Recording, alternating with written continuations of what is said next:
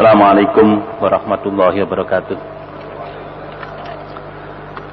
Bismillahirrahmanirrahim. Alhamdulillahirabbil alamin. Arrahmanirrahim. Maliki yaumiddin. Asyhadu an la ilaha illallah wa iyyahu na'budu wa iyyahu nasta'in. Wa asyhadu anna Muhammadan abduhu wa rasuluhu al-mab'uts rahmatan lil alamin. Allahumma shalli wa sallim ala Muhammad wa ala alihi wa ashabihi ajmain. Amma ba'd. Bapak-bapak jamaah salat maghrib yang dirahmati Allah, alhamdulillah senantiasa kita panjatkan puji syukur kehadirat Allah Subhanahu wa taala sebagai wujud kesadaran akan betapa besar nikmat Allah yang telah dikaruniakan kepada kita dalam hidup ini, baik nikmat lahir maupun batin. Semoga kesadaran akan nikmat Allah yang telah diberikan kepada kita yang sedemikian rupa mengantarkan kita untuk bisa menggunakan nikmat itu sesuai dengan kehendak pemberinya, sehingga dengan demikian wujud syukur kita kepada Allah Subhanahu wa taala merupakan wujud syukur yang sesungguhnya. Termasuk kita pada saat ini berada di masjid ini, Allah memberikan kesempatan, kemampuan kepada kita untuk melangkahkan kaki, memenuhi panggilan Allah, mengingat Allah di maghrib ini, merupakan wujud syukur kita yang sempurna di hadapan Allah Subhanahu wa taala.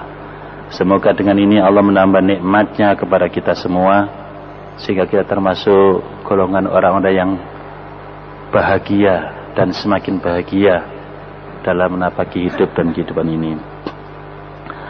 Bapak dan saudara sekalian, sebagai orang yang beriman, yang sadar bahwa hidup ini merupakan amanah dari Allah Subhanahu wa taala yang harus kita tunaikan, dan kita sebagai manusia yang beriman menyadari bahwa kita mendapatkan penghormatan, pemuliaan dari Allah Subhanahu wa taala karena dipercaya oleh Allah untuk memangku amanahnya di bumi ini.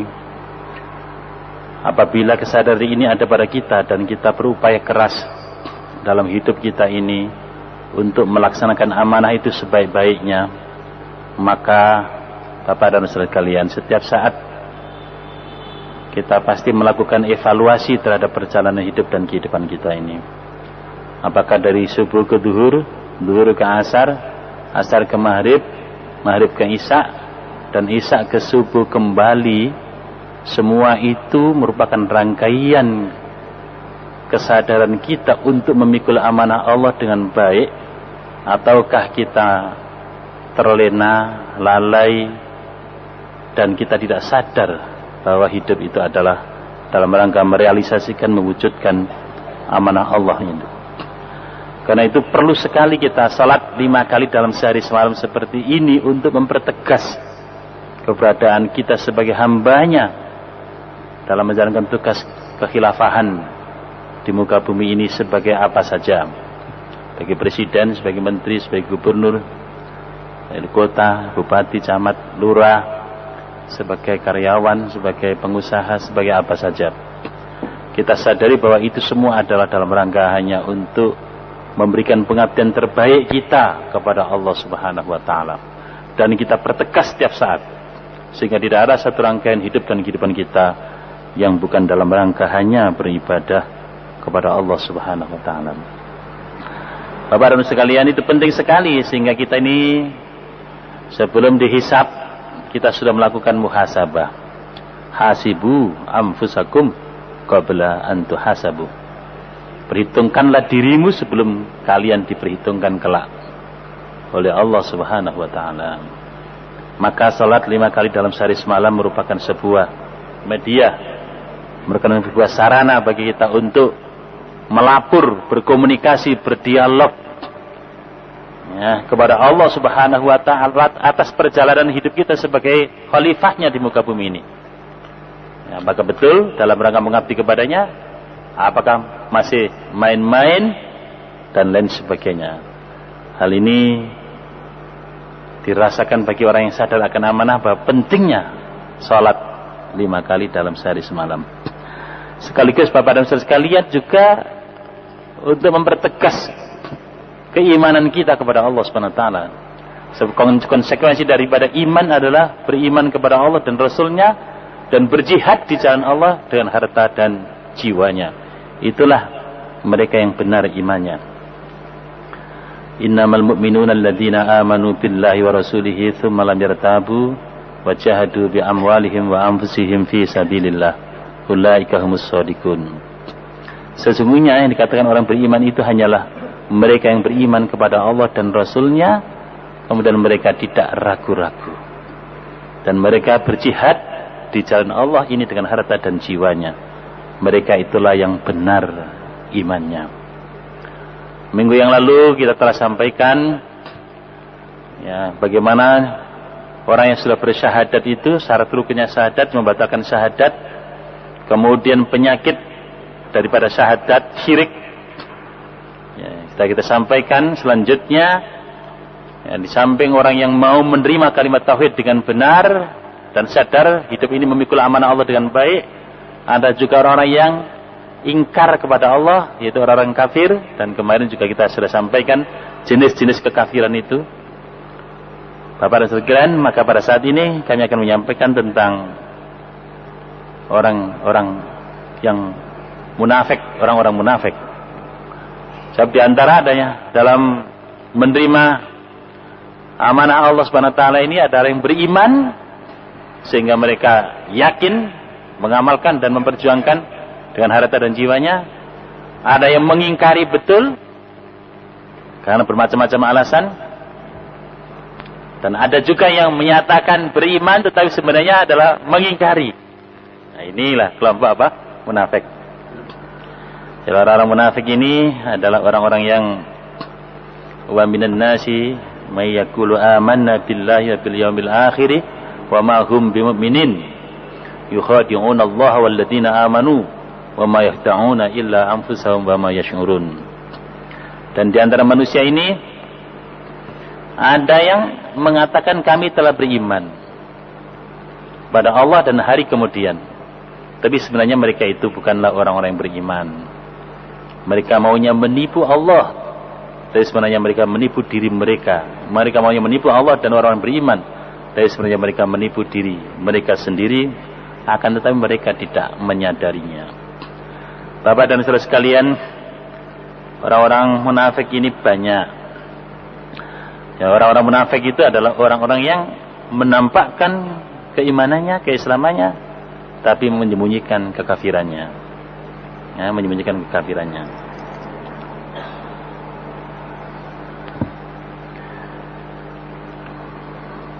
Jadi nifak itu menampakkan apa yang sesuai dengan kebenaran, menampakkan keimanan, keislaman, dan menyembunyikan apa yang bertentangan dengannya.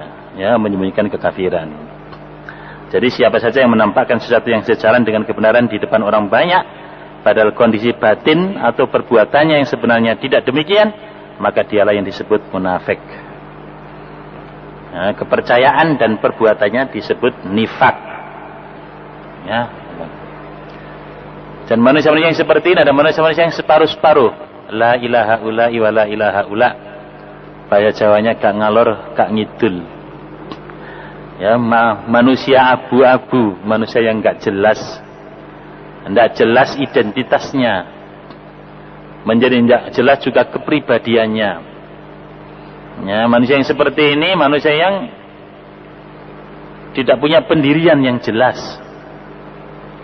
Mudah terombang-ambing oleh situasi dan kondisi.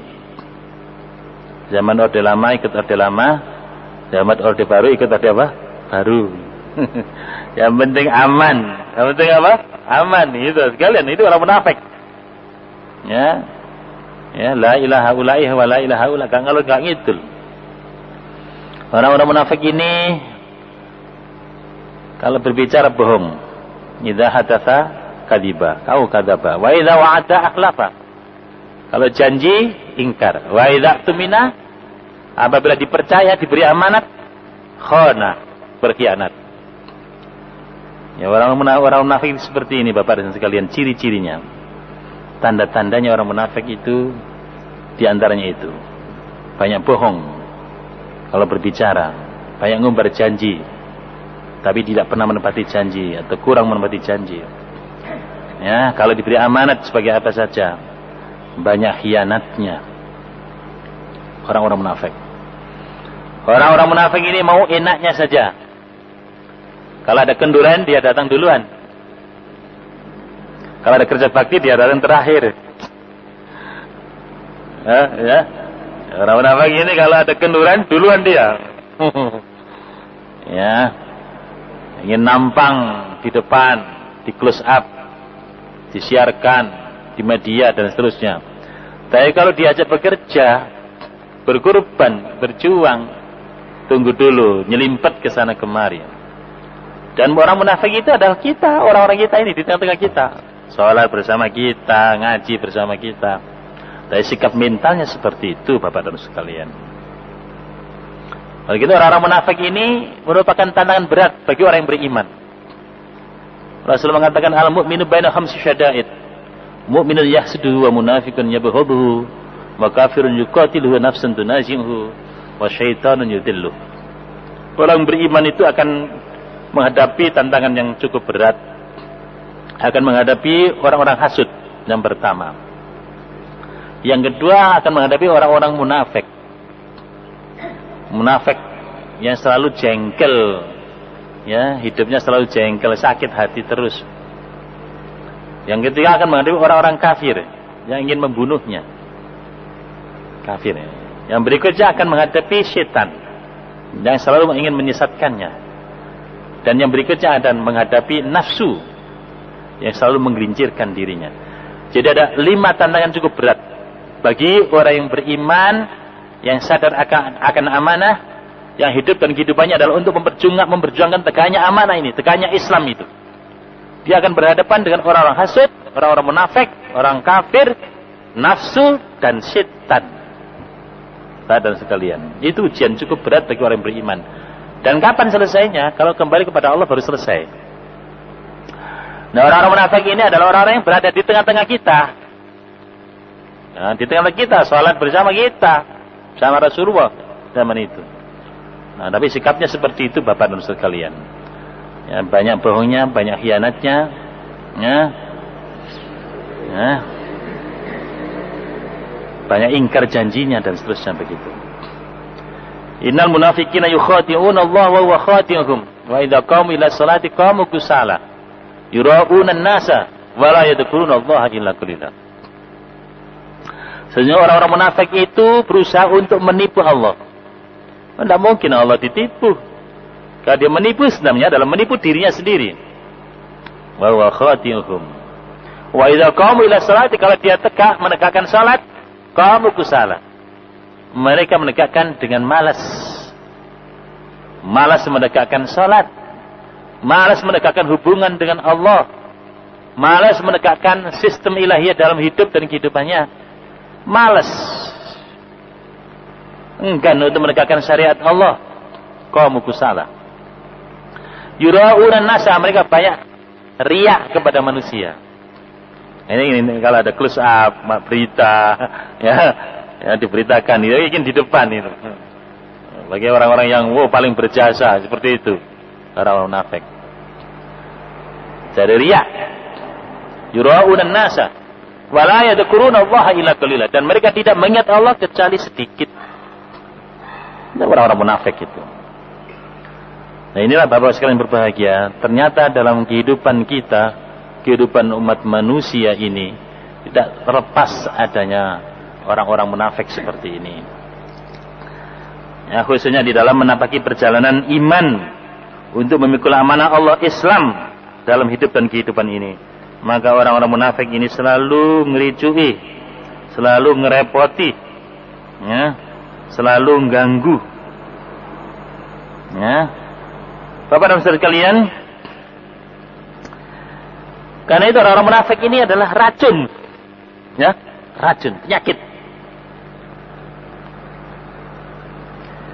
penyakit racun dalam tubuh umat Islam. Dan mereka itu menyebarkan racun. Di antara racun yang disebarkan adalah menghilangkan kepercayaan terhadap para sahabat Rasulullah sallallahu alaihi wasallam yang merupakan pembawa risalah Islam yang jujur dan adil. Jadi orang munafik itu bagaimana merusak, mencitrakan, membuat image negatif terhadap sahabat-sahabat Rasulullah.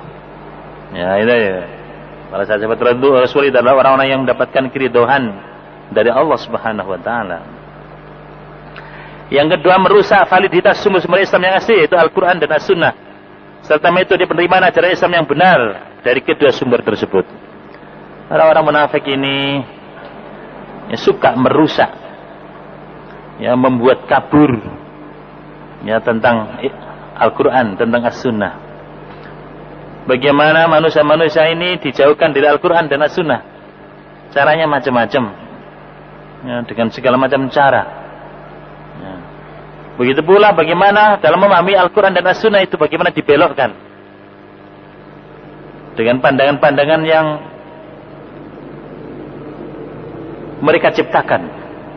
Apakah dengan paham-paham tradisionalisme, dengan paham-paham kebangsaan, dengan dengan pandangan-pandangan global, ya, pemahaman-pemahaman global seperti liberalisme dan lain sebagainya, itu dijadikan sebagai kacamata untuk memandang Islam.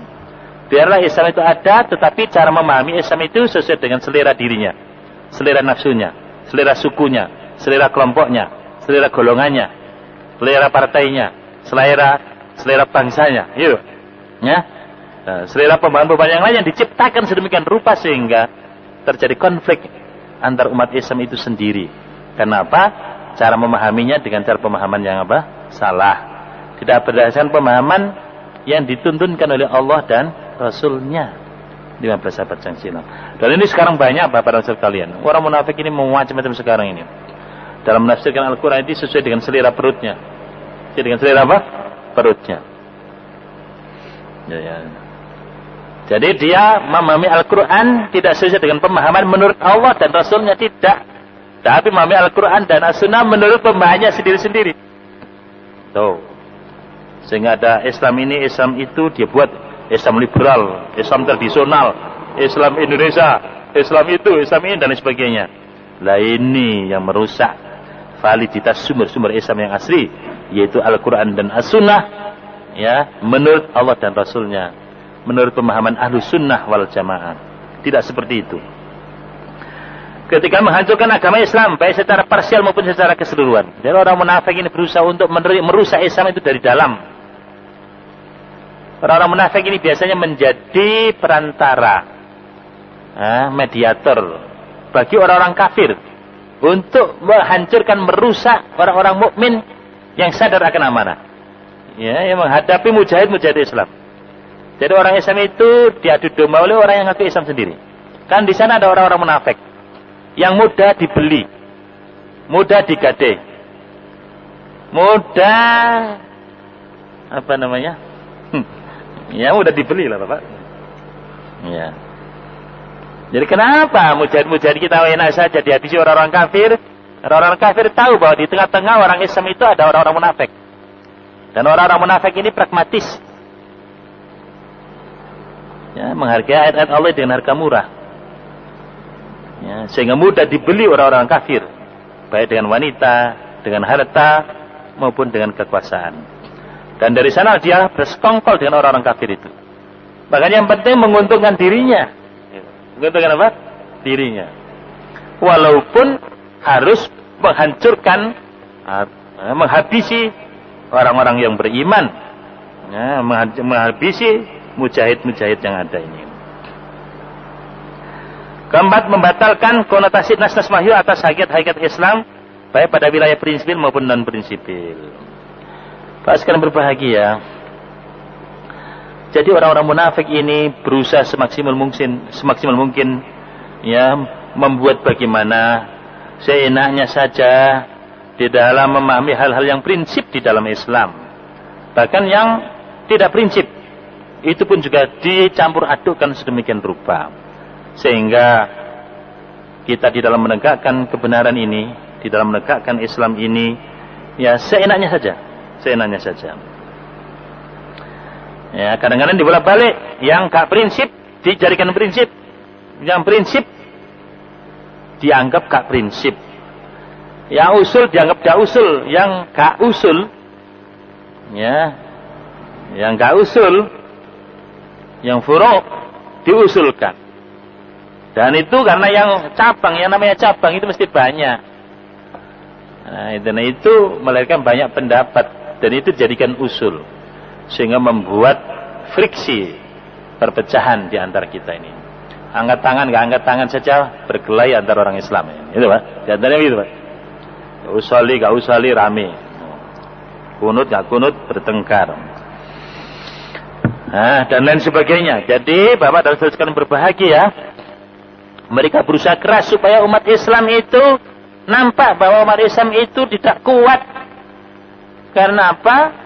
Karena imannya yang diimani itu bukan sesuatu yang pokok tadi itu. Yang pokok-pokok tidak diimani, tapi yang furu-furu itu menjadi ya diimani betul begitu. Nah ini ya, sehingga terjadi hal-hal yang sedemikian rupa.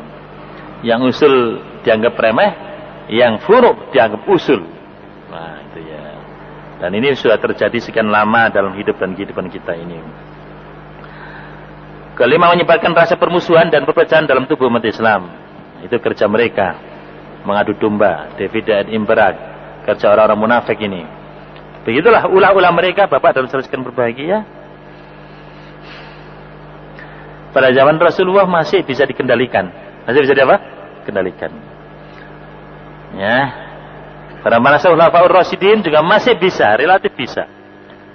Ya, itu ya, ada sedikit-sedikit karena memang Khulafaur Rasyidin itu manusia biasa, bukan nabi, yang mungkin masih ada khilaf.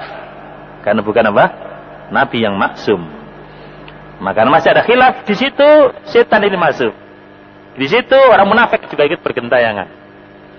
Nah, apalagi setelah itu, ya karena para tabi'in dan seterusnya semakin lama adalah memang kualitas keimanan adalah semakin apa? Semakin jauh daripada Nabi dan sahabat-sahabat yang pertama itu. Maka di sanalah mereka semakin banyak melakukan ulah, menimbulkan perpecahan di antara kita ini, di antara umat Islam saat itu. Bapak-bapak dan saudara sekalian, oleh karena itu kemunafikan ini, nifak itu suatu yang sangat membahayakan dalam perjalanan jihad untuk menegakkan Islam, dalam perjalanan orang-orang beriman untuk memikul amanah Islam itu. Kemudian jenis-jenis nifak besar. Ada 6 jenis nifak besar. Dan bahasa Islam berbagian, nifak ini, kemunafikan ini sebenarnya nampak sekali ketika Rasulullah hijrah ke Madinah. Jadi pada saat di Mekah itu masih belum nampak penyakit nifak ini. Penyakit nifak ini menjadi nampak sekali ketika Muhammad Rasulullah SAW beserta sahabatnya hijrah ke Madinah. Ketika Islam sebagai din menjadi sebuah realitas kenyataan sosial. Ketika Al-Quran dan As-Sunnah menjadi landasan kehidupan kemasyarakatan. Ketika kepemimpinan yang ada dipimpin oleh Muhammad Rasulullah SAW. Ketika umatnya, yaitu kaum muhajirin dan ansar, taat kepada Rasulullah dalam rangka melaksanakan Quran sesuai dengan bimbingan Rasulullah di sebuah wilayah Yathrib dan sekitarnya, maka Yathrib dirubah menjadi Al-Madinah Al-Munawwarah. Karena Islam menjadi realitas kepemimpinan, Islam menjadi realitas kemasyarakatan, Islam menjadi sebuah bangsa, menjadi sebuah umat, menjadi sebuah nation. Nah, pada saat itu muncul kelompok-kelompok apa? Munafik itu. Nah, itu. Ya, muncul kelompok-kelompok munafik itu. Nah, nifak besar, ya, dalam akidah ada 6 jenis nifak besar. 1, mendustakan Rasulullah secara parsial dan keseluruhan. Jadi dikatakan nifak besar apabila kita mendustakan Rasulullah sallallahu alaihi wasallam, baik sebagian parsial maupun secara keseluruhan, secara ijmali. Orang yang beriman kepada Allah dan Rasulnya. Kalau dia memisahkan Allah dari Rasulnya, ya, ini disebut kita ini ingkar sunnah begitu ya. Maka itu termasuk mendustakan apa? Rasulullah sallallahu alaihi wasallam. Mendustakan Rasulullah, mendustakan kabar yang dibawa oleh Rasulullah, itu adalah kemunafikan. Jadi kalau ada orang sekarang yang sok pinter, yang menganggap bahwa sunnah Rasulullah itu tidak up to date lagi, tidak sesuai dengan zaman sekarang, sehingga hanya pakai Al-Quran saja, tanpa referensi as-sunnah di dalam melaksanakan Al-Quran, itu merupakan orang-orang munafik. Orang apa Pak? Munafik. Dan dikatakan kafir. Kemarin kan ada kufrun nifak. Munafik itu adalah kafir. Ya, salah satu jenis kafir yaitu kufrun nifak. Kekafiran karena dia adalah memiliki penyakit nifak. Karena hakikatnya dia itu adalah kafir. Hanya permukaannya saja yang tampak Islam. Tapi hakikatnya adalah kafir. Pas kalian mendustakan Rasulullah, baik secara sebagian maupun secara keseluruhan adalah nifak besar. Yang kedua, mendustakan sebagian ajaran yang dibawa oleh Rasulullah. Sebagian saja munafik, apalagi secara apa? Keseluruhan, seperti ingkar sunnah tadi itu. Jadi Muhammad adalah Nabi dan Rasul. Kalau kita tidak mengakui, kita dustakan dia akan keberadaannya sebagai Nabi dan Rasul, ya, yang sah, maka kita adalah munafik. Kemudian apa yang dibawa oleh Rasulullah? Sunnah Rasulullah. Kalau kita mengingkari, mendustakan sunnah Rasulullah SAW, maka kita disebut juga munafik dengan nifak besar. Yang ketiga adalah membenci Rasulullah Muhammad SAW. Bapak dan sekalian, karena Allah mencintai Rasulullah, kita harus mencintai Rasulullah. Siapa yang tidak mencintai Rasulullah, maka dia termasuk dijangkiti penyakit nifak. Dan nifaknya adalah nifak besar, bukan nifak kecil. Karena itu maka seluruh sunnah Rasulullah SAW harus kita cintai sebagai wujud kecintaan kita kepada Allah Subhanahu Wa Taala. Ya, qul in kuntum tuhibbunallaha fattabi'uni yuhibbukumullah. Bapak dan Saudara, kalau kita ini mencintai Allah, maka ikutilah aku, kata Nabi. Niscaya Allah akan mencintai kalian. Bapak-bapak dan saudara yang kami hormati, jadi tidak mungkin orang yang sudah bersyahadat dengan kalimat la ilaha illallah tidak dilanjutkan dengan syahadat Muhammad Rasulullah. Dan tidak mungkin orang yang sudah bersyahadat dengan dua kalimat syahadat itu memisahkan antara Allah dan Rasulnya, memisahkan antara Al-Quran dan As-Sunnah.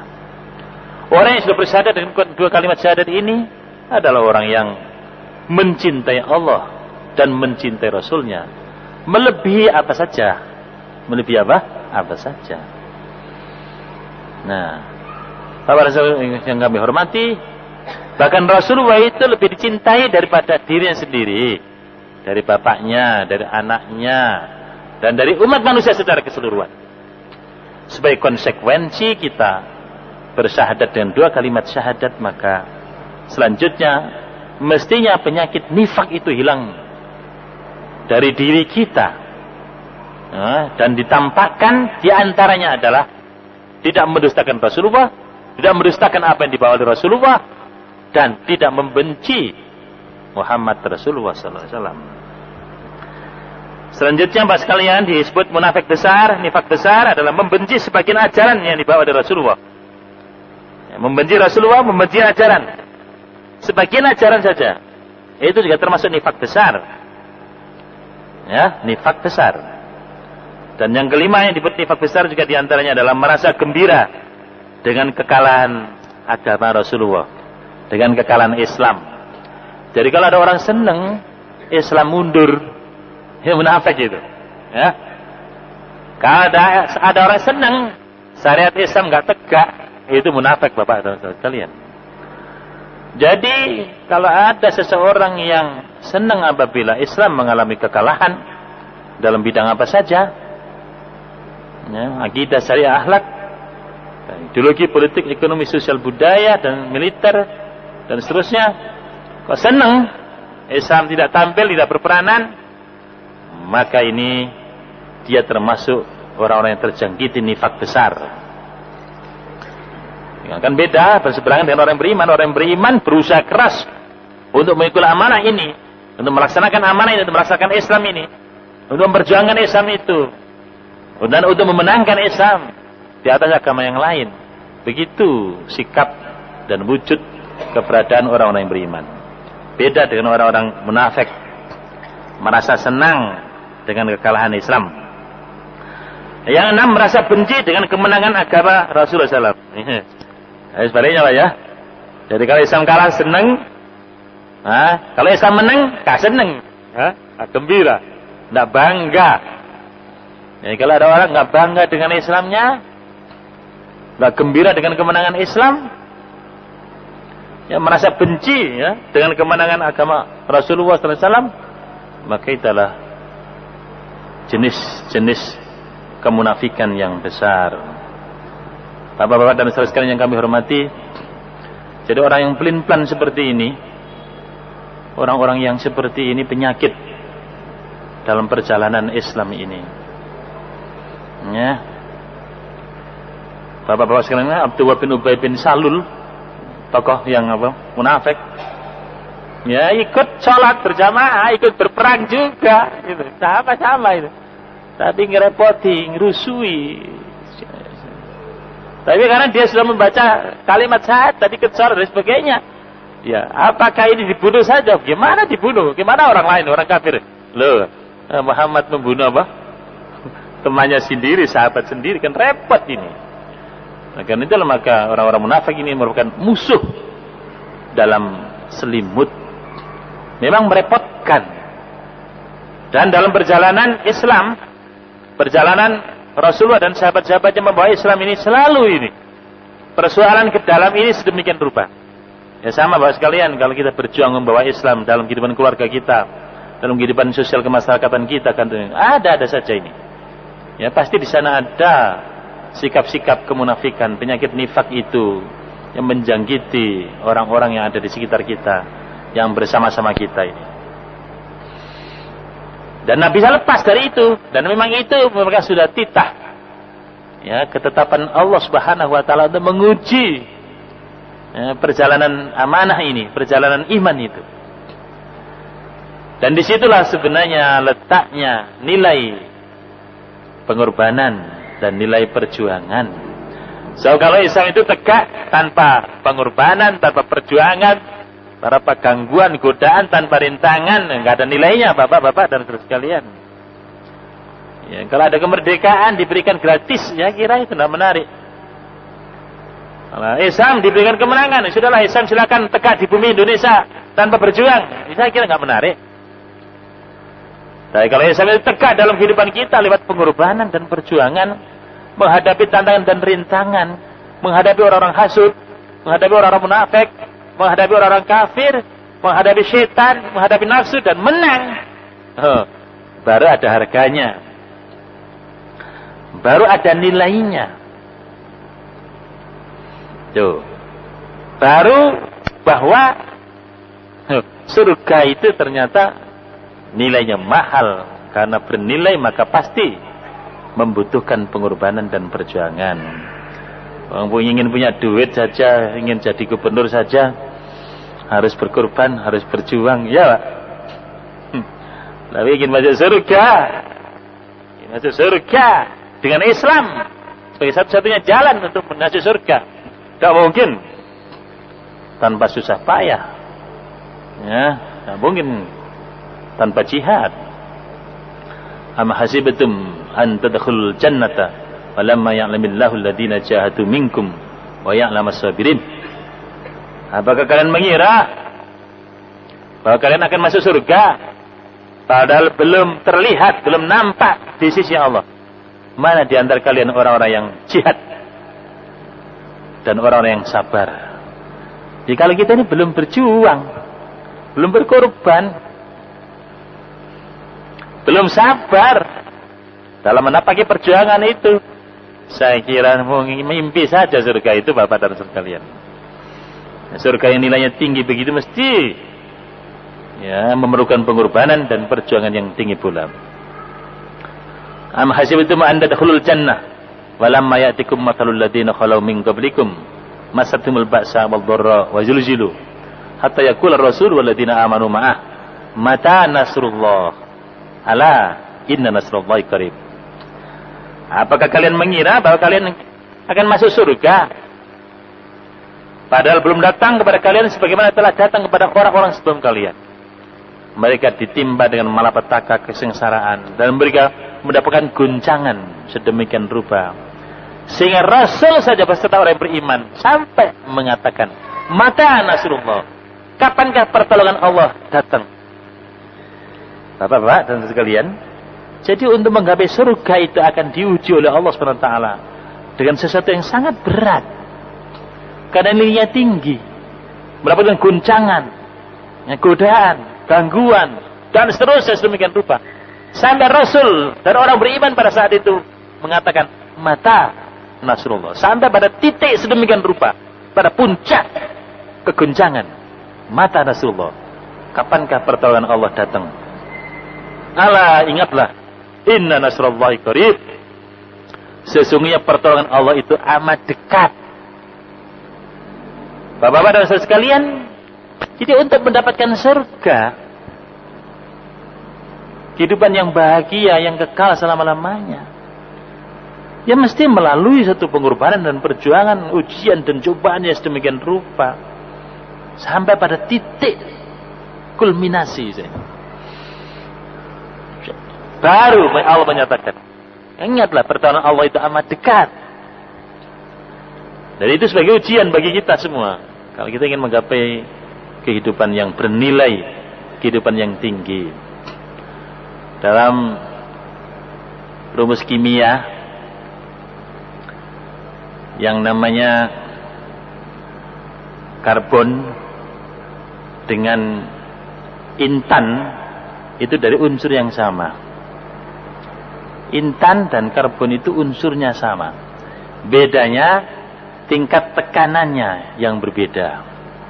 Yang mendapatkan tekanan yang sangat berat dan kuat dalam waktu yang lama, itu menjadi intan. Yang tidak mendapatkan tekanan, itu jadi karbon.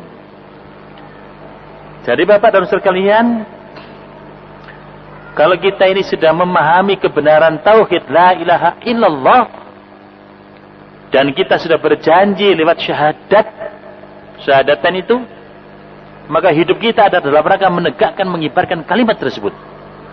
Seluruh pemikiran kita, kegiatan kita, pengorbanan kita, perjuangan kita adalah dalam rangka mendemonstrasikan, memperagakan, mewujudkan, menegakkan la ilaha illallah itu. Itu namanya syahadat. Namanya syahadat. Menyatakan kapan saja, di mana saja, dalam keadaan apa saja, dengan rintangan, godaan dan gangguan yang bagaimanapun juga, yang bersyahadat itu seperti itu. Jadi orang yang beriman tidak mau mundur karena ini adalah ikatan yang sangat mahal. Ikatan yang tidak mungkin dilepaskan hanya karena harta, hanya karena wanita, hanya karena kedudukan, hanya karena nyawa. Coba sekalian.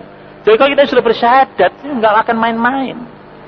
Kita akan siap berkorban, siap berjuang. Kita siap menghadapi tantangan, rintangan. Hatta nyawa, siap. Tuh, harga nyawa hanya bisa dibeli dengan kalimat la ilaha illallah. Dan nyawa memang untuk itu. Dia hidup untuk itu, mati untuk itu. Dan itulah yang kita nyatakan, inna salati wa nusuki wa mahyaya wa mamati lillahi rabbil alamin. La syarikalah. Wa bidzalika umirtu wa ana minal muslimin. Bapak-bapak dan saudara sekalian yang kami hormati, maka orang yang sudah bersyahadat dengan benar, ya, tidak ingin terjangkiti penyakit plin-plan, menjadi kelompok manusia yang gak jelas, la ilaha ulai wa la ilaha ula, gak ngalor gak ngidul. Dikatakan beriman, ya gak beriman. Dikatakan kafir, kok ya ikut. Jelas. Tapi gak jelas perjuangannya, kayak buglon. Hingga ketika berada di tempat merah, ketika merah berkuasa ikut merah, ketika hijau berkuasa ikut hijau, ketika kuning berkuasa ikut kuning. Yang penting aman, makan, punya kedudukan. Manusia yang tidak punya prinsip seperti ini, ada manusia yang tidak memiliki iman, sehingga tidak memiliki kejelasan, sehingga gak jelas identitasnya, gak jelas kepribadiannya. Ya, karena bunglon seperti itu Bapak dan sekalian. Bapak yang kami hormati, maka orang yang beriman itu jelas berpihak kepada Allah dan Rasulnya. Ini walaknya jelas. Itu nanti besok kita akan sampaikan tentang walak. Ya, walaknya jelas.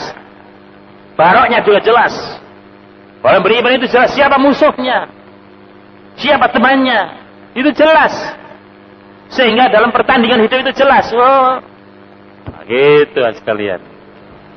Mana yang berpihak kepada Allah dan Rasulnya, mana yang melawan Allah dan Rasulnya, menjadi musuh bebuyutan. Kalau tidak jelas seperti itu, maka kita nggak jelas apa yang diperjuangkan, nggak jelas kita di pihak mana. Nah, itulah yang nggak jelas-jelas, itulah kelompok apa? Munafik. Na'udzubillah min dzalik.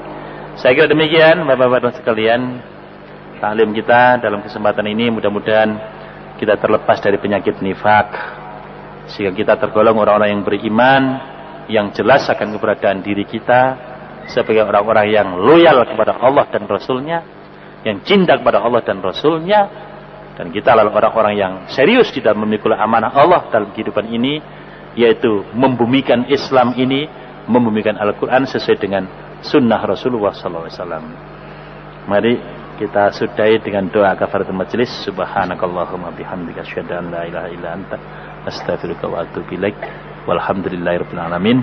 Wassalamualaikum warahmatullahi wabarakatuh.